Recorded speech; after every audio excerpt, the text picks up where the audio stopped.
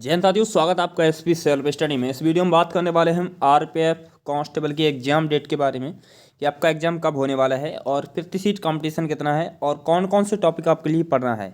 ठीक है, सब कुछ इस वीडियो में बताने वाला हूं, तो वीडियो को लास्ट तक जरूर देखिए और चैनल को सब्सक्राइब भी कर लीजिएगा और हो सका तो आपके लिए कट ऑफ भी बताऊँगा। ठीक है, तो देखिए, एग्जाम डेट बताने से पहले आपके लिए बता दूँ कब तक आपका हो सकता है आपका एग्ज़ाम। ठीक है, देखिए, प्रीवियस ईयर का जो 2019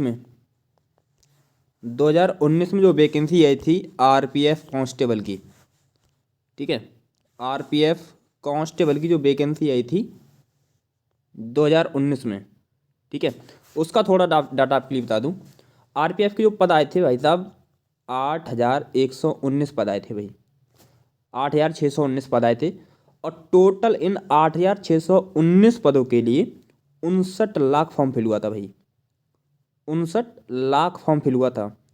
और इन 59 लाख बच्चों में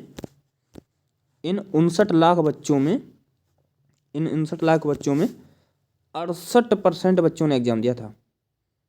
मतलब कि 100 बच्चों में 68 बच्चों ने एग्ज़ाम दिया था।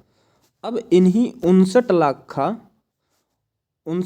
का 68% जो बैठता है ना, वह बैठता है भाई 40,41,500। ठीक है भाई, 40,41,500 बच्चों ने एग्ज़ाम दिया था। अगर हम कंपटीशन निकालें भाई, कंपटीशन निकालें तो प्रति सीट जो कंपटीशन निकल रहा है, एक सीट पर 47 बच्चों का, एक सीट पर 47 बच्चों का कंपटीशन। देखिए कितना कंपटीशन बैठ रहा है, एक सीट पर जो मैंने कंपटीशन निकल के आया है, वो निकल के आया है भाई 47 बच्चों का। मतलब कि एक सीट के लिए 47 बच्चे युद्ध लड़ रहे हैं एक सीट के लिए। इतने 47 बच्चे युद्ध लड़ रहे हैं एक सीट के लिए। कैसे निकाला मैंने, आपको पता है कि कितने बच्चे पास किए जाएंगे, पता है? देखिए, इतने बच्चों ने एग्ज़ाम दिया है, 40,41,500 बच्चों ने एग्ज़ाम दिया है। और आपको पता है नोटिफिकेशन में दे रखा है कि साथ साथ अगर आपका एग्ज़ाम मल्टीपल शिफ्ट में होता है, ठीक है, तो उसमें नॉर्मलाइजेशन की प्रक्रिया अपनाई जाएगी। और उस नोटिफिकेशन में ये भी लिखा है कि हम डीबीपीएसटी के लिए 10 गुना बच्चों के लिए पास करेंगे। उस नोटिफिकेशन में ये लिख रखा है। ठीक है, अब इतने पद हैं, 8619 पद हैं आपके, तो इसी का 10 गुना बैठता है 86,190 बैठता है, 86,190 बैठता है। ठीक है, अब एक सीट पर अगर हम भाग दे देते हैं इसके लिए, एक 40,41,500 को अगर हम 86,190 से भाग देते हैं तो एक सीट पर 47 बच्चों का कंपटीशन निकल के आया भाई। एक सीट पर 47 बच्चों का कंपटीशन निकल के आया 2019 में। अब 2024 का डाटा देखिए, थोड़ा सिलेबस बताऊँ आपके लिए। जीके के आपके लिए 50 क्वेश्चन पूछे जाते हैं, कहाँ कहाँ से पूछे जाते हैं वो भी बताऊँगा इस वीडियो में। रीजनिंग से 35 क्वेश्चन पूछे जाते हैं, कहाँ कहाँ से पूछे जाते हैं सब कुछ बताऊँगा। मैथ में 35 क्वेश्चन पूछे जाते हैं, मतलब कि इसमें टोटल क्वेश्चन आपके 120 क्वेश्चन पूछे जाते हैं, जिन्हें आपको 90 मिनट में सॉल्व करना होता है। और इसमें 1/3 की नेगेटिव मार्किंग होती है, मतलब कि 3 क्वेश्चन गलत करने पर आपका 1 नंबर गलत काट लिया जाता है। इसका मतलब ये हुआ आपके 2024 में 4,208 पोस्टें हैं। पिछले पोस्ट के अकॉर्डिंग जो 2019 में पोस्टें आई थी उसकी आधी हैं। और देखिए फॉर्म कितने हैं, इस बार 59 लाख हैं, इस बार फॉर्म फिल हुआ है 23 लाख के समथिंग फॉर्म फिल हुआ है। मैं मान लेता हूँ अपने अकॉर्डिंग कि देखिए, एक चीज़ और बताऊँ, उसमें नोटिफिकेशन दे रखा है कि हम अगर आपका एग्ज़ाम कई शिफ्ट में हुआ तो हम नॉर्मलाइजेशन की प्रक्रिया अपनाएंगे, नॉर्मलाइजेशन के आधार पर ही हम कट ऑफ लगाएंगे। और साथ ही नोटिफिकेशन में ये भी दे रखा है कि हम जितने भी रिक्त पद हैं उनका 10 गुना बच्चों के लिए पास करेंगे हम। ठीक है, उनका 10 गुना बच्चों के लिए पास करेंगे। तो इसी का 4,208 पद है ना आपके, तो इसी का 10 गुना कितना बैठता है पता है? तो मतलब कि 42,080 बच्चों के लिए, ये 42,080 बच्चों के लिए डीबीपीएसटी के लिए पास करेंगे ये लोग। डीबीपीएसटी के लिए इतने बच्चों के लिए पास करेंगे। अब आपको पता है कोई भी एग्जाम सही, उसमें 70%, मतलब कि मान लीजिए कोई पेपर हुआ, ठीक है, कोई पेपर हुआ, ठीक है, मैं मान लेता हूँ। अब उसमें 100 बच्चों ने फॉर्म फिल डाला, क्या 100 बच्चे ही एग्ज़ाम देने चले जाते हैं? नहीं जाते हैं ना, किसी का पेपर छूट जाता है, कोई कुछ लेट हो जाता है, इसी तरीके से नहीं जाते। तो इस प्रकार मैं मानता हूँ इसमें भी 23 लाख में 70% लोग एग्ज़ाम दे सकते हैं। मैंने बहुत कम माना है, पिछली बार 68% नहीं दिया था। 70% लोग एग्ज़ाम दे सकते हैं, तो 23 लाख का 70% भाई, 23 लाख का 70% बैठता है 16,10,000, मतलब कि 16,10,000 बच्चे आपके एग्ज़ाम में अपीयर हो सकते हैं। और आपको पता है रिक्त पदों का 10 गुना बुलाए जाएंगे। रियल कंपटीशन निकाल रहा हूँ मैं, तो बैठता है 42,080 बच्चों के लिए DBPST के लिए पास किया जाएगा। अब रियल कंपटीशन कितना बैठता है? एक सीट पर 38 बच्चों का कंपटीशन बैठता है भाई, एक सीट पर 38 बच्चों का कंपटीशन बैठता है, ठीक है। अब आगे देखिए, थोड़ा सिलेबस आपके लिए मैंने बता दिया। GK GS से आपके 50 क्वेश्चन पूछे जाते हैं, बता ही दिया था। अर्थमेटिक मतलब कि मैथ से आपके 35 क्वेश्चन पूछे जाते हैं। जनरल इंटेलिजेंस के जो हैं वह आपके 35 क्वेश्चन पूछे जाते हैं, ठीक है। अब आपके लिए थोड़ा बताऊं, आपके लिए exam date, exam date, exam जो डेट है ना आपकी, वही आपका जो एग्ज़ाम है ना, फरवरी 15 फरवरी से 15 मार्च तक, 15 फरवरी से 15 मार्च के आसपास हो सकता है, ठीक है। आपको एग्ज़ाम हो सकता है 15 फरवरी से 15 मार्च के बीच में, आपका एग्ज़ाम इसी बीच में हो जाएगा, देख लेना आप, ठीक है। एकदम सही जानकारी है भाई, इसी बीच में आपका एग्ज़ाम हो जाएगा 15 मार्च से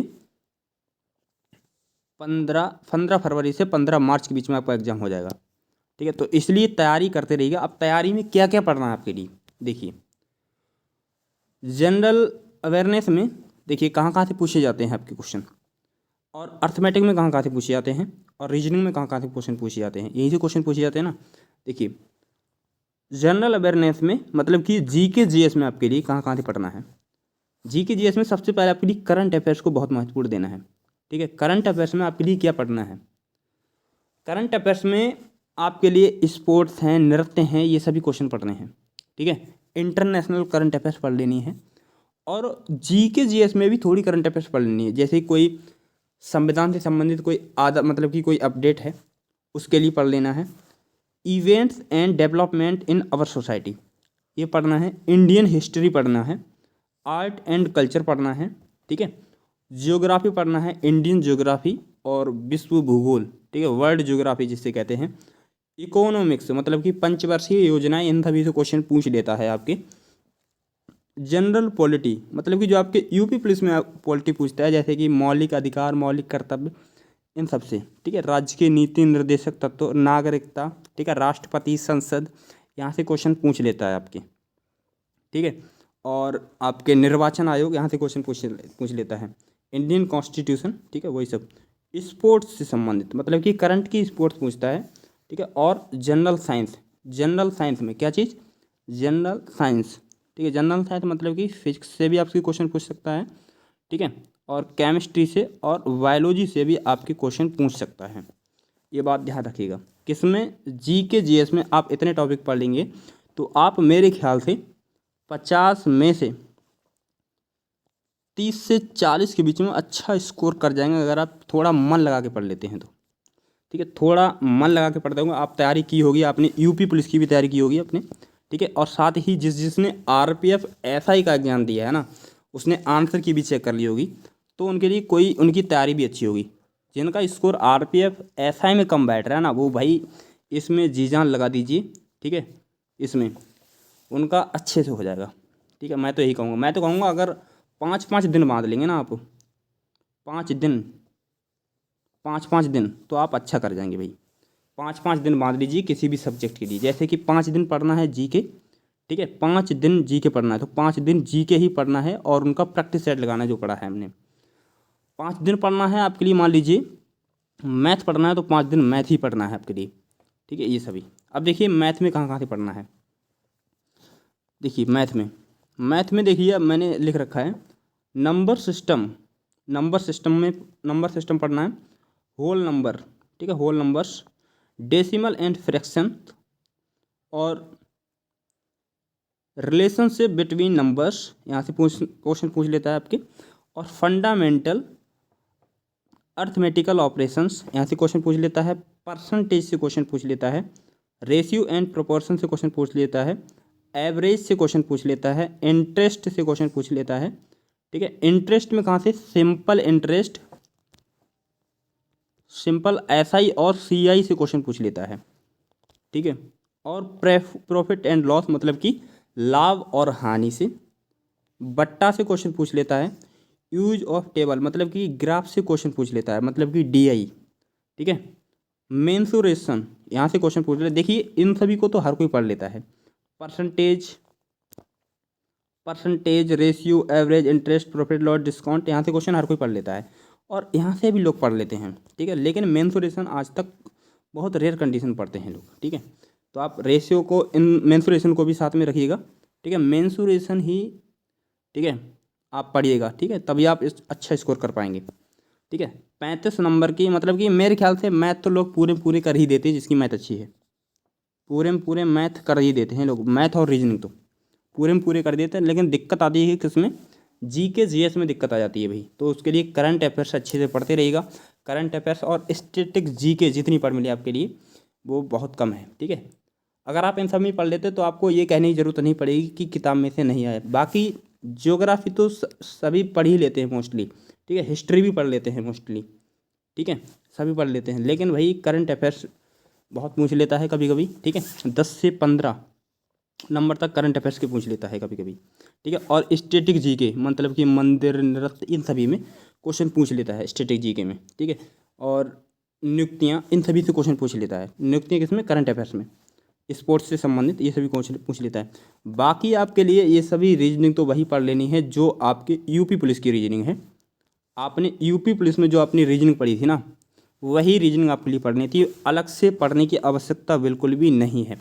रीजनिंग में सिर्फ जितना भी हो सके प्रैक्टिस कीजिएगा, प्रैक्टिस जितना कर सकें। जिसकी भी भाई मैथ अच्छी है ना, वो जिसकी मैथ अच्छी है उसके लिए अलग से रीजनिंग पढ़ने की आवश्यकता नहीं पड़ेगी, उसके लिए रीजनिंग पढ़ने की आवश्यकता नहीं पड़ेगी। तो देखिए आपके लिए मैंने बता दिया कि ये पढ़ना है। देखिए आप मन में सोचते होंगे कट ऑफ कितनी जा सकती है। कट ऑफ के लिए फ़िलहाल मैं एक वीडियो बना दूंगा, आप कमेंट कीजिएगा अगर आपको कट ऑफ के ऊपर वीडियो चाहिए। फ़िलहाल मैं अभी नहीं बता सकता कि कट ऑफ कितनी जा सकती है। ठीक है, अभी मैं कट ऑफ नहीं बता सकता। ठीक है, अगर मैं टॉपर की बात करूं, टॉपर मतलब कि जो जनरल कैटेगरी की बात करूं, जनरल कैटेगरी से, तो उसके लिए बता दूं मैं 100 नंबर के बीच में उसके लिए लेकर के चलना होगा। ठीक है, जनरल कैटेगरी से, आप किसी भी कैटेगरी से बिलोंग करते हैं, आप 100 नंबर को टारगेट बनाइएगा। ठीक है, ओबीसी कैंडिडेट है वह 100 नंबर को टारगेट बनाइए, और जनरल वाला 110 के लिए। ठीक है, 110 के लिए टारगेट बनाइए, इतना ही। तो मैं मिलता हूँ नेक्स्ट वीडियो में, तब तक के लिए बाय, जय हिंद, जय भारत। याद रखिएगा 15 फरवरी से 15 मार्च के बीच में आपका एग्ज़ाम कभी भी हो सकता है। ठीक है, ये नोट कर लीजिएगा और इसी को देखते हुए तैयारी कीजिएगा अपनी। ठीक है, और हो सकता है इससे पहले भी आपकी एग्ज़ाम डेट देखने को मिल जाए। ठीक है, तो मैं मिलता हूँ नेक्स्ट वीडियो में, तब तक के लिए बाय, जय हिंद, जय भारत।